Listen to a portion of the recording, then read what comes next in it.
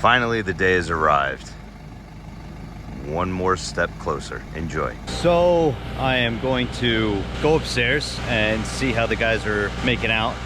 They've been here for about 4 hours now, maybe 3.5, something like that. If you're in the Westchester, Connecticut, southern end of Connecticut, around Danbury and south of there, suggest NGC insulation. We're doing 7 inches of closed cell spray foam in the roof to get our R49, and then the entire perimeter we're doing 1 inch of closed cell to seal everything. On top of that, we'll do bat, and that'll get us to R21 on the perimeter, which is the requirement based on the plans, and I think that's code now at this point. The higher the insulation, the better off you are. That's not a place that we should ever cheap out on. You want to seal that puppy as tight as possible. It just lowers your ongoing maintenance cost or ongoing monthly operation of your house. You know what I mean? That's why we have LED lights everywhere. Sheetrock adds to the insulation value, the plywood sheathing, the siding, all that stuff plays a role. But sealing it and having it as airtight as possible is good, but then you also have to compensate with air exchange, which we will be doing as well. All right, I'm gonna get my guinea suit on and head up there. So I'm suited up, just got to put my hoodie on. It's kind of feels like I'm going into, oh my god, kind of feels like I'm going into a hazmat situation, and I guess I probably am. So here we go.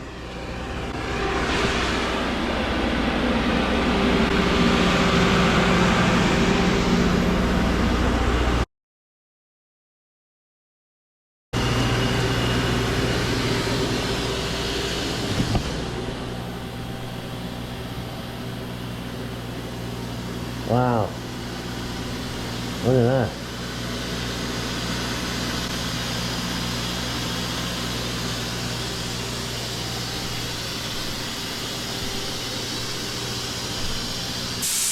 We're doing sound insulation here because the other side is the laundry, this side is the bathroom. So I don't want the noise from the laundry emanating into the rest of the room.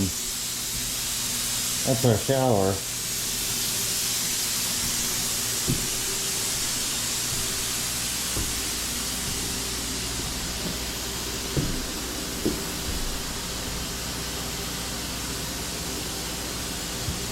So they sealed up all in there with that.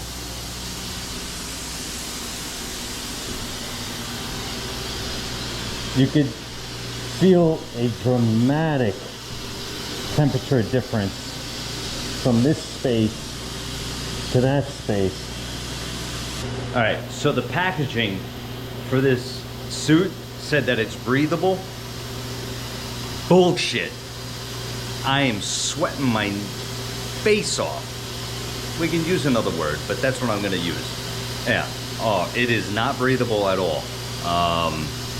If you wanna lose weight, wear this for a day in the summer, you'll lose easy 20 pounds. They're gonna do open cell 12 inches here because this is enclosed, and same thing over there. Open cell, I'm sorry, the closed cell is here because it is exposed, so you can't get the thickness that we're looking for.